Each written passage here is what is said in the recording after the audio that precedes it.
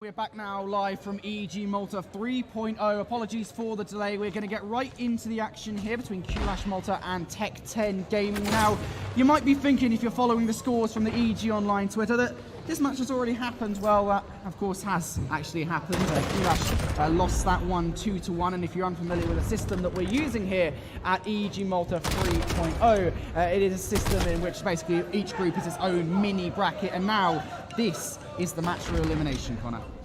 Yeah, and it's an interesting one. As you said, Qlash Malta up against Tekk10. And of course, we have come into this one a little bit late, guys. We do apologise for that. But nevertheless, it will be Qlash or Qlash that are starting off very, very hot. 58-11 currently, putting on a great performance. 4 kills in their favour straight off the rip in P2. Tekk10, they're not looking good into this one. I'm not quite sure of the scores early when these two teams played. I can tell you, it was a 2-1 victory for Tekk10. It was a 1-point differential in the domination. Yes, 206. 206 to 207. It was an incredible match. I was watching it from behind the height between both of these teams during that game. It was so tense. And of course, at that point, it was Tekk10 that came out on top. And I can tell you, they're not very happy that they have to play Qlash again. So I feel like they're a lot more riled up, a lot hyped in this matchup. Saying that, looking at the hard point thus far, it's not going well. Qlash Malta walking all over Tekk10 in this hard point on Azir Cave, 89-16. And it really doesn't help, as you're pointing out so vigorously, Connor, that Ben Marzi is 0-7 to kick off this game. It doesn't help at all, and of course when Qlash have this lead that they currently have as well, all the kills going back in their favour. Finally, Marzi gonna draw his first blood for this hard point. Looking for another one, he's gonna find it as well. You hear him getting loud as well on the main stage. 2 kills really hypes this one up, going for the third, and he will find it. Well, he heard us. Curty though on the other side, gonna find 2. However, Tekk10, they are finding some kills on their belt. Ben Marzi gonna drop there though. Qlash though, looking for the rotation. They're already gonna be there, Brody. Already gonna be set up. A few players to trade out though, as Tekk10 now are pushing in, trying to take this hard point. Qlash Malta, of course, they had mounted a brilliant lead over the first few hard points, and now as we get to P4, otherwise known as Cave West, Qlash Malta, they are there, they are in control, they're looking to widen their lead over this Tekk10 side, and for Tekk10, I mean, this is a very one-dimensional attack. You kind of have to filter through with smokes. That is exactly what they're attempting to do, but they just cannot get past the AR slaying of Qlash Malta. Just look at the AR players right now. You've got Curty, who is sitting there, your AR main, the one that's just basically an anchor, just sits there and doesn't do anything. Curty, 15-3. Look, you look at the other ARs as well, and Boxer, they're not playing too bad as well. 11-7, 9-5 respectively, walking all over Tekk10 in this scenario. And you look at the KDs, and you don't want to rag on these guys, but again, even Ben Marzi finally getting off the donut, it's not looking good across the board. Yeah, he found those 3 kills up the bout. He's going to find his 5th kill there in the hard point. Obviously, they are pushing forward. Tekk10, they are trying to get back. Qlash, though, they do hold a substantial lead right now. I mean, Tekk10, you want to look to them to really try and get themselves back into this one. You have to start holding these hills, starting to beat these rotations and winning your gunfights, of course, because, as you point out, Curtis, 17-4. He is a machine right now. Scissor, though, on a 5-killing spree. Just before being taken out there, H. Riley trying to make all it work, but Beatbox are going to be there to pick that one up, and now yet again Tekk10, they're trying to find their way. They are fighting for this hill. They're going to find their times in their favour to turn and burn. The spawns have flipped though, since they're going to be taken down in that process, and now the push is coming in. The kills in Qlash's favour. It's going to be ZW out there trying to pick up one more in front of him, but his team's there to assist him, just spraying through the box. He's going to pick up that kill. 16 seconds left to Qlash's scrap time, looking towards the rotation to the next set of hills. Yeah, and at the end of the first rotation, Connor, Qlash Malta, they hold a convincing lead over the opposition in Tekk10 Gaming. Pretty good across the board. Now, we did see Tekk10, they did quite well on P5. Somewhat of a comeback here, potentially on the cards of Tekk10, but they need some momentum, they need it now. And they need it desperately. I think this is the thing, right? In a game like this, where momentum really matters, and it's sort of what is a psychology game as well, considering these two teams have already played. And that first hard point was very, very close on Gunrunner. you kind of need to see that kind of closeness here, and at the moment Tekk10 are just not seeing the same results. That being said, again off the back of P5, they're starting to have a good P1, they're getting control of the hardpoint, they're winning all their gunfights. Of course you can see the kill feed lighting up dark blue, they're doing what they need to. H. Riley on a 5 streak, ended on a 6 before falling. Still though, all of this time going the way of Tekk10, they've done a splendid job of finding their way back in on the back of 2 good holds. And that's exactly what they need. You said the first series early between these two teams, it was a close hard point, and that's what you expect now. Tekk10, maybe they just started this map off slow, but they seem to have found their rhythm now, Brody, and it's working out for them currently. Looking towards P2, of course, it will be Qlash. That is in control, that has rotated and has the spawns as well, but do not count out this Tekk10 side. They're coming through. The trades are coming through as well. Surely Tekk10 are trying to push through now and find their way in. The kills. H. Riley, he's going to pick up Ben Marzi on the side of his own team, but they have broke the hill as well. But here from Boxer pushing through, he's going to find one, looking for the second, going to be taken down. The trades are there, but Qlash will come out on top. But Tekk10 are not done yet, they're still there. H. Riley looking for more kills, he's going to find one. Mars is going to find one. The trades yet again, Brody, back and forth. Qlash is doing a great job right now at holding the spawns, and that is what is keeping them right there. Yeah, as you say, absolutely, Connor. Tekk10 Gaming here, they are trying to claw their way back into this game, just 38 points behind, make that 40. Qlash Malta, they have the rotation for now. Sorry, Tekk10 have the rotation for next. Qlash Malta, they've not gone for it, and that is huge. They did hold somewhat convincingly on KBs, but we move towards the football field now, and Tekk10, this is their opportunity to have a good hold, to come back into the game, potentially even take the lead from the opposition, but they need to win their gunfights. And Qlash Malta coming in with 3, that is Chubbs, coming in with a huge 3-piece, supported by Boxer with another one, and that's the break Qlash Malta needed. Tekk10 desperately needed to hold there. 100%, and then, as you said, the come through soaring, the 3-piece comes in, and it's great from Qlash right now. Tekk10, they're getting close to bringing this one back, but when you think about it, Qlash to answer it straight back and pick up the kills they need, but still, it can still be turned around for Tekk10. Ben Marzi there picking up another kill. AB as well, finding one onto Boxer. The kills in Tekk10's favour now. Owages going up and top high. He's not going to find the player that he needs. Going to be looking to the right. A little bit of misfire shots there, and it will be Tekk10 that come out on top of that one. And now with 10 seconds left, you're looking at towards the rotation yet again, and it's actually going to be Tekk10 that are there and ready. However, there is a wave of Qlash players ready to come forth, Brody. Tekk10, they have to win their gunfights. They have to win their first engagements right now. Scissor on your screen changing over to Killick, actually. He's going to be rotating round. Scissor, though, with the AR in the hill on the truck. Just going to try and put some shots down over CG. Will fall to AB. DWA going to be answering back on the side of Qlash now. He's going to find a 2-piece. The push is coming through, but a team kill actually comes out as well. Tekk10, they are looking great to try and push through this hill right now. They have to keep winning their gunfights, but just as I say that, Qlash will come through for a 3-piece. The answer back is there, but Curty will find 2 and find their way into the hill, but Killick somehow is still pushing through. Tekk10 have got a great spawn, and they're just finding their way straight back into the hill.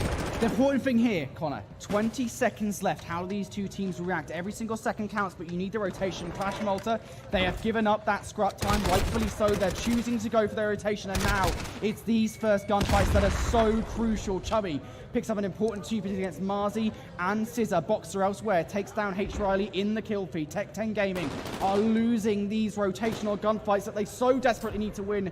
Qlash Malta are simply 30 points shy of a victory in map 1 here, a victory that they did get in the first series against Tekk10 Gaming, a victory that they therefore must need, and Qlash Malta are not giving up this hill at all. Tekk10 coming through though, they're winning the gunfights. Qlash Malta, Wages and Zwar, they're there now. Tekk10 are falling, they're not going fast enough, and they are being punished by Zwar, who picks up 3 and the knife! What was that?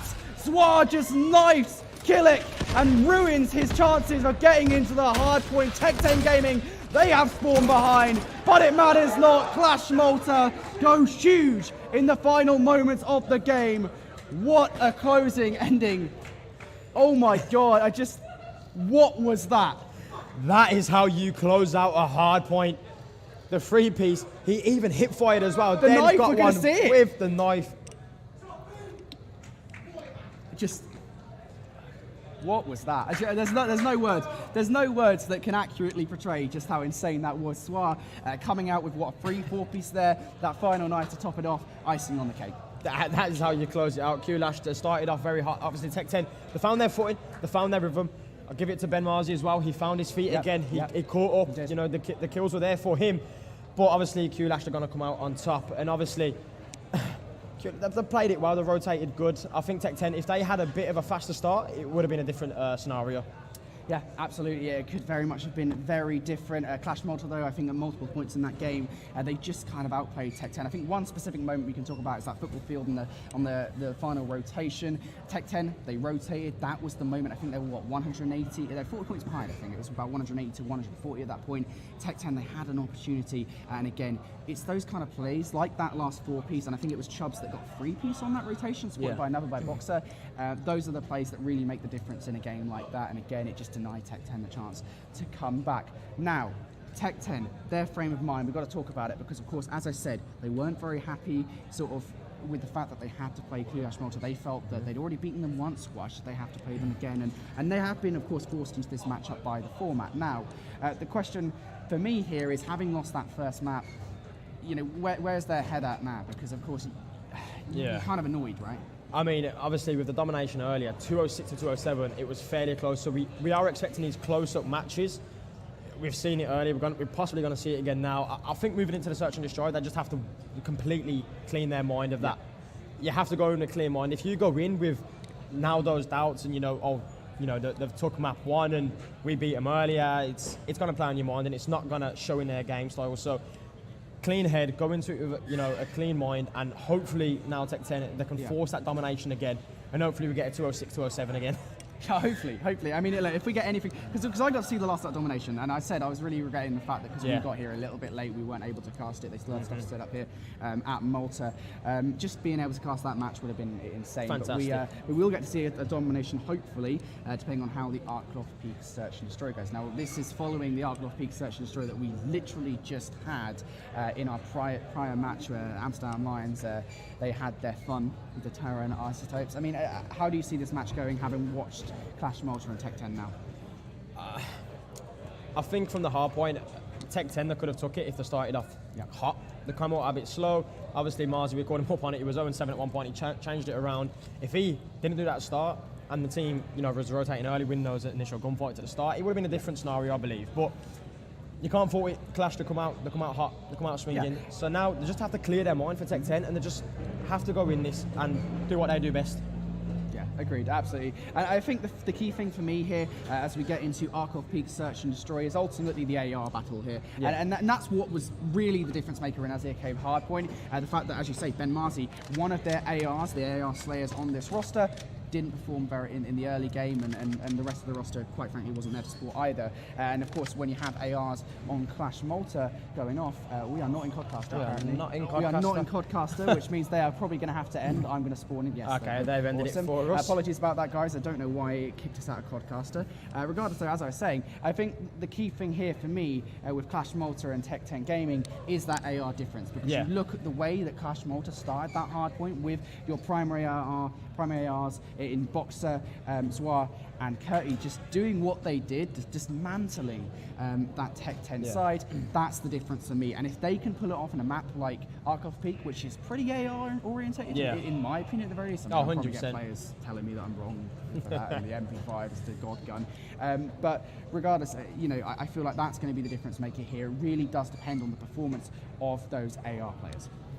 Yeah, and like I said, Kurti come out swinging with his AR, so Qlash, they took map 1, obviously Ben Marzi, I'm going to call it up again. He comes out with an AR hot.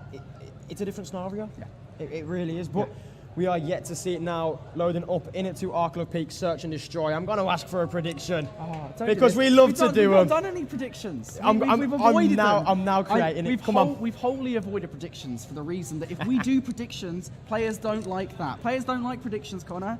They don't like being told that they might lose. Tekk10 6-4. Is that a prediction? Is it? Well, it wouldn't be far off. Of course, they did take the gun runner Search and Destroy 6-4.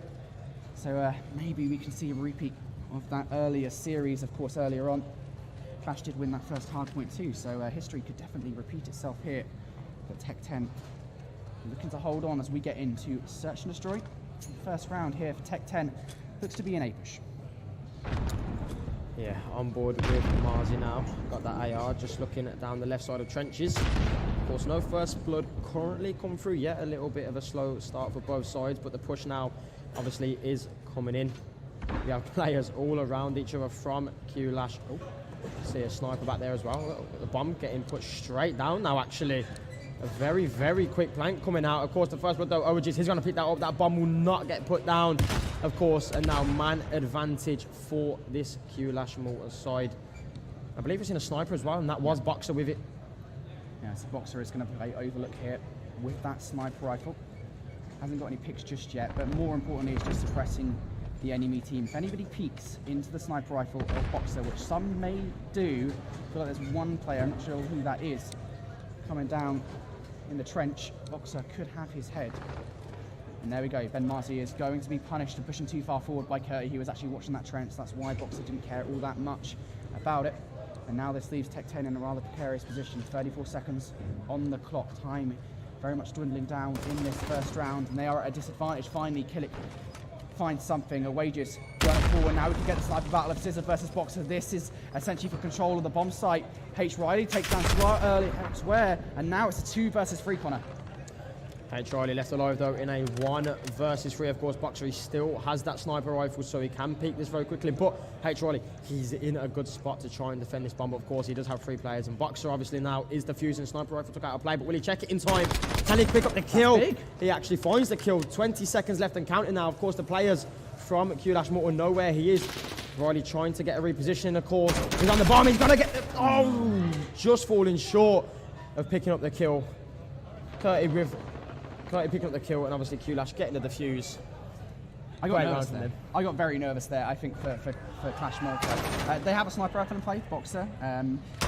This position in top, I don't know what you call it, top broken.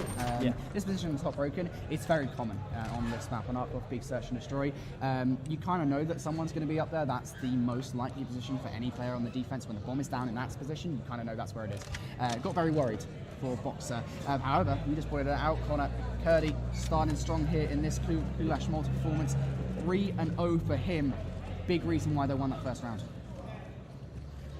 100%. And I was going to say, that first round seemed very, very slow from both teams. Post has ended the game. Obviously favouring Qlash Malta in the end. So, not quite sure, obviously, what is happening right now, but... Don't know. I mean, all the free kills that Curti got. They don't count now. They don't count. They're not going to show up in I suppose, the next Search and Destroy that is the next 5 rounds played at minimum. Regardless, though, great start.